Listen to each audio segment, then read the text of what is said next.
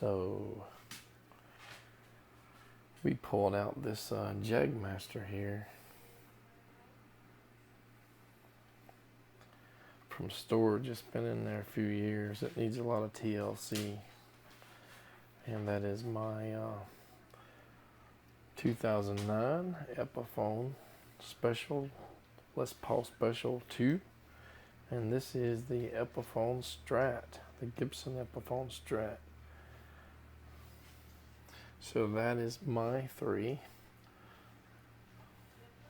These are my three electric guitars, not counting electric acoustics and not counting the Vox Minis that I got for the kids, which we bought kind of based on reviews, and those reviews were most likely paid for, because they do not sound good out of the box, and even with, some setup, they still sound like poo-poo. So this is the Fender or Squire Vista Jagmaster 50th anniversary. And how do you date these guys? Because these were made in Japan, I guess, between 96 and 98. So Vista, like I said, is made in Japan, 96 to 98. And if we look here on the bottom of the neck, right above the neck pickup, there is your actual truss rod adjustment. You have to take the neck off. So the first runs had the truss rod adjustment up here, and the second runs had the truss rod right there adjustment. So that says it's an early model. So now we know it's an early model, most likely a 96. I don't know when they actually started doing the other necks, with the truss rod adjustment at the top. This is kind of a mirrored finish, but it says Fender 50, 1996, 1946 to 1996. So this is dated as a 96. So this is one of the first runs. So the earliest models of the Vista series. I think, these guys were, I think they retailed for like $248. I mean, $348 to $360. Like they came out in 96. So the story of how I got this is that my mom went to a music store, University Music in Gainesville, and Paul there was the son of the owner. He run that store. I think they had one or two other stores over the years, and I had picked a cheaper guitar because I kind of liked the feel of it, and I wasn't that much into this. And he kind of talked me into it, saying, get this, or actually what he first said was get what you feel that you have a feeling for, or whatever. You feel the neck, you feel the weight, that you like the color, whatever it is. Play it, see what you like.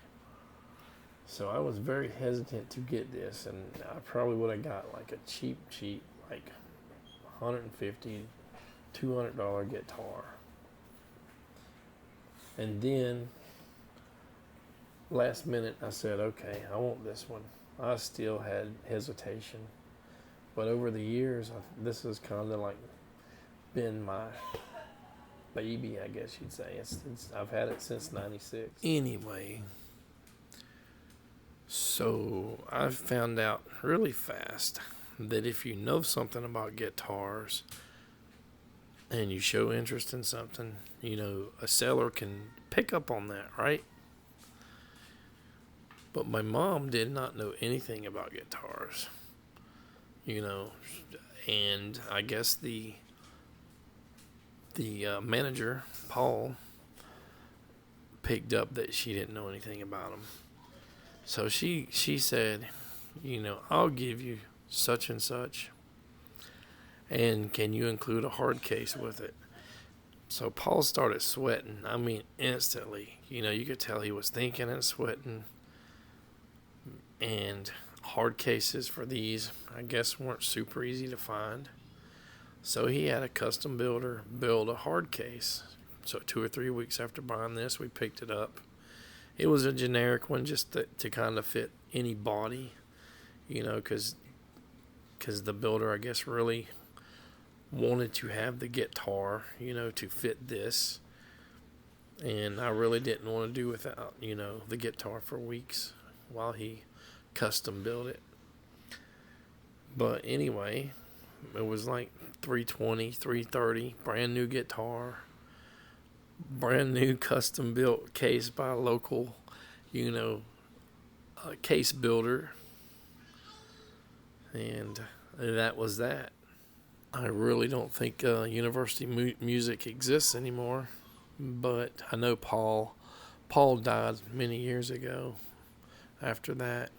And I bought a lot of things from him, music books. I bought, strings, straps, distortion pedals and stuff like that from, I still got the Crybaby, the wah pedal that I bought from him. So that's the story of how I got this. Did not even know these existed at the time.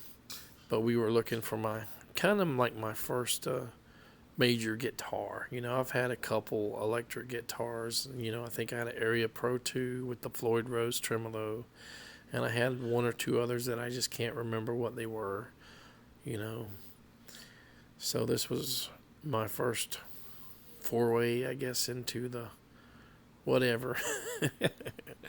Anyway, I just figured we could kind of compare the Strat, Epiphone Strat, to this, maybe in sound, and just talk about the differences. As you can see at first glance, instead of having 3 pickups, it's got just a neck and a bridge humbucker set up. Whereas over here, this would have had 2 single coils for the neck in the middle pickup, and then the humbucker on the bottom for the bridge. Completely different headstocks, similar bridges but not the same, versus like the the Tunomatic bridge or whatever on the Epiphone special there. The Epiphone Strat has 2 tone controls. Even though with the original pickguard it had 2 tone controls and 1 volume. This guy just has 1 tone and 1 volume, and a 3-way switch. 5-way switch here, obviously, because it had 3 pickups. Truss rod adjustment on the Epiphone is at the top. On the Jagmaster original vintage or Vista series, it's on the bottom. I don't know how much professional setup, or if at all, the Jagmaster had, at the shop. But these frets are smooth. There's nothing sharp that'll cut you. The neck, everything moves like butter in this thing. And like I said, I really need to do some work on it. I need to possibly replace these. It's got rust on it. Clean everything up. New strings. Probably need to float the bridge, the tremolo, just a hair more. There's a tiny gap of floating on here. Maybe 1/16th or maybe even 1/32nd of an inch or so up. So it's floating a tiny bit. You can actually push it down and get a little bit of that whammy effect going down versus up, but it needs to come up a little bit more. This guy here, sharp all the way up and down the fretboard. Needs some sanding, buffering, whatever. I can tell you most likely this hasn't had any setup from the factory. Probably shipped like this, besides the pick guard that I installed there. And, the tremolo stuff bar that I'm floating the tremolo on this one. So I did that setup. But, yeah, this guy's... at the time, I don't think these were even the cheapest ones. People were saying this is like a mid-level, Epiphone when it come out. So them should have did a little bit better job, I guess, on at least getting the sharpness all out of the frets. There's 2009 Epiphone Les Paul Special 2. I got directly boxed from basically how it was shipped from the factory, and this had absolutely no setup on. I've learned a lot of things, you know, to try to set it up better. The intonation was a BI, you know what, to set up. I don't know why. Had to just the truss rod, the action. You know, we had to, like, I think I had to sand, tap. I think I even had to tap one or two of the frets. I had to kind of sand the frets down. They're smooth now.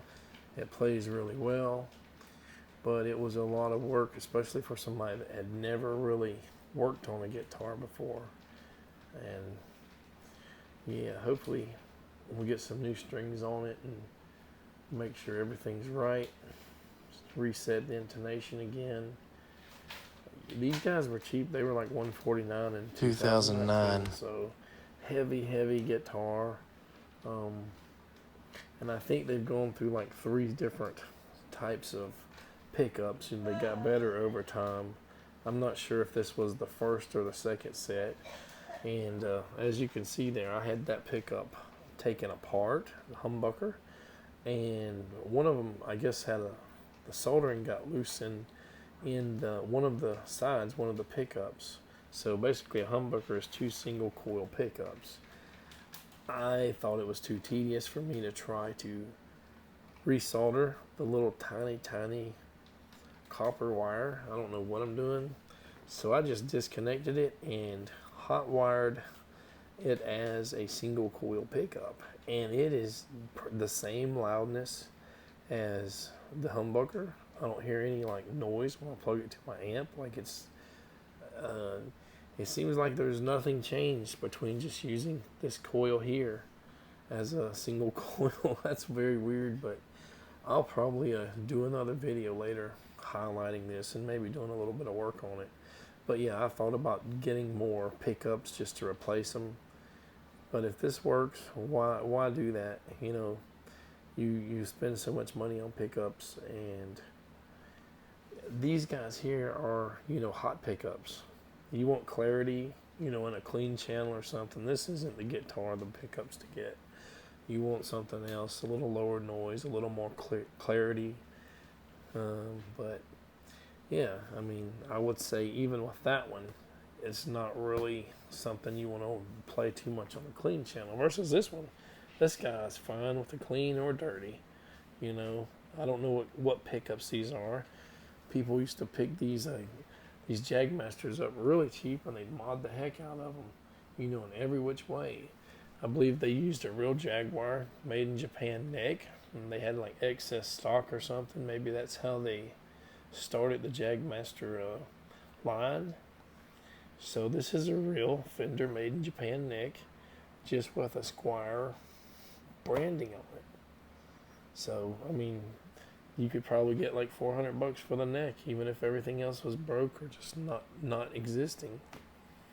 But all in all, you know, they can sell $600-800 for the first runs, possibly more in really good condition. If you take into account inflation, you know, the high end, best case scenario, maybe $900 for one, probably in better condition than this. You're probably just getting somewhere around your money back if you sell it for $900. But if you only get $600, you know, it's lost value. I'm happy to say that I've kept it, and I'm happy to say I never modified it. I think it's, you know, an awesome guitar, and if I want a different sound, I'll either get a different guitar and modify it, or get a different guitar that already has the sound and feel that I like, you know, to play. And I still got laryngitis a little bit. I'm sure you can hear it. We're going to be just messing around here with the Vox Valvetronics tube preamp amplifier, whatever you want to call it. And let me tune this Epiphone strat up real fast. I'll probably be off my mic, so I'll probably use the iPhone mic to record this. All right, we're on Boutique CL, which I guess that means boutique clean modeling. And we're just doing the humbuckers on the epiphone strat, and we're starting with the bridge pickup.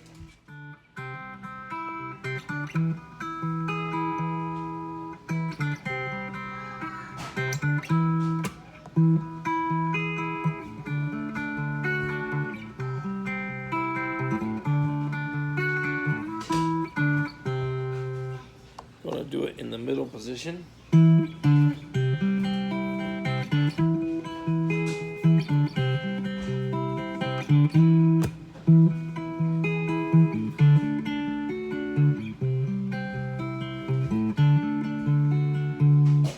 Finally, the neck.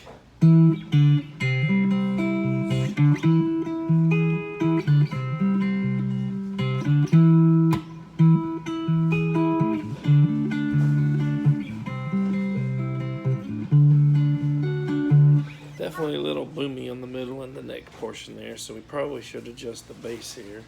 Let's see.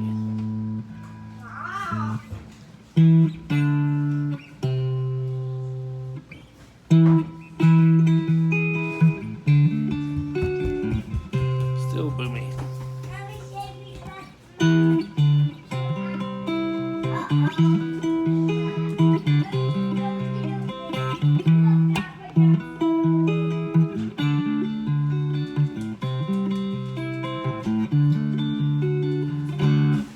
It's a little bit better. Alright, now we're on the Jagmaster neck pickup, or no, bridge pickup.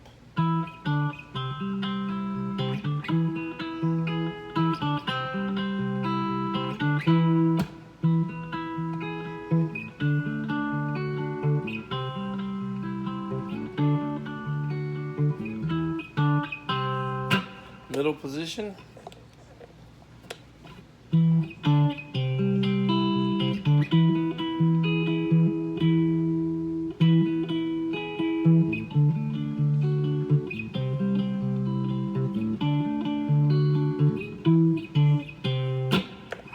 And finally, neck.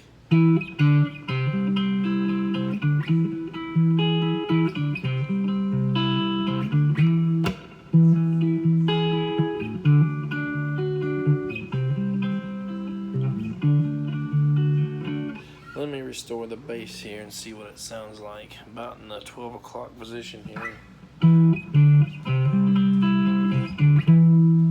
Definitely still a little bit boomy. Let's go in the middle.